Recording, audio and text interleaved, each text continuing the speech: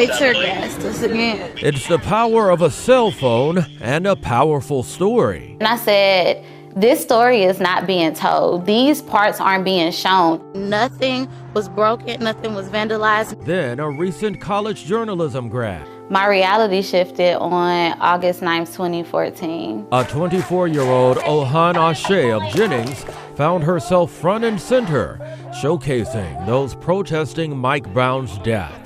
She recalls being on scene when looters struck. We were cleaning up, and at the time, this was after the Quick Trip burned, and people were on a parking lot again, crying, talking, just in community. All of a sudden, all of these police cars pull up and push people into the street, police dogs. She'd never been arrested until this. So I was just released about an hour ago.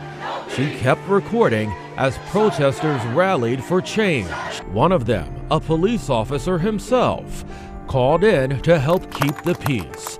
Captain Ron Johnson with Missouri Highway Patrol marching with the protesters. 10 years later, he now consults police departments. But I wanted them to know that I respected them. Other familiar faces were there too. Alicia Saunier, now with the St. Louis Board of Aldermen. Wesley Bell, calming tensions on both sides. He would later be elected to the Ferguson City Council, and then as the St. Louis County Prosecutor. Cori Bush, who went on to become a U.S. Congresswoman. Bruce Franks Jr., who would soon become a state representative. And the then 20-year-old who would soon replace him at the Missouri Capitol. It was more, if we go to jail, we go to jail.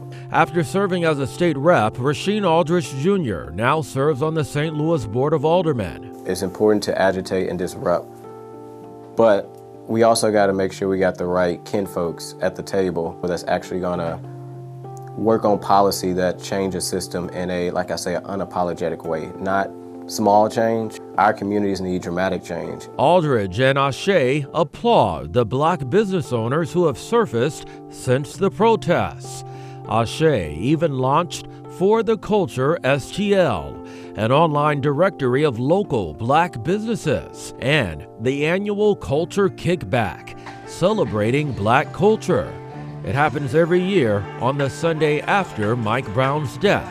Have we gotten it right? Have we gotten it better 10 years later?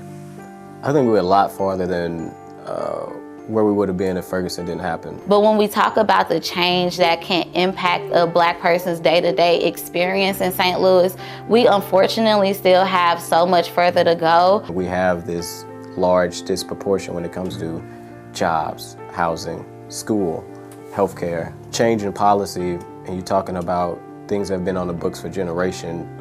One, it doesn't change overnight. Two, once it actually gets passed, it takes time for people to feel it in their everyday lives.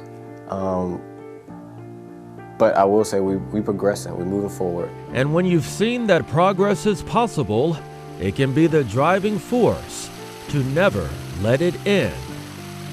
Brent Solomon, 5 on your side.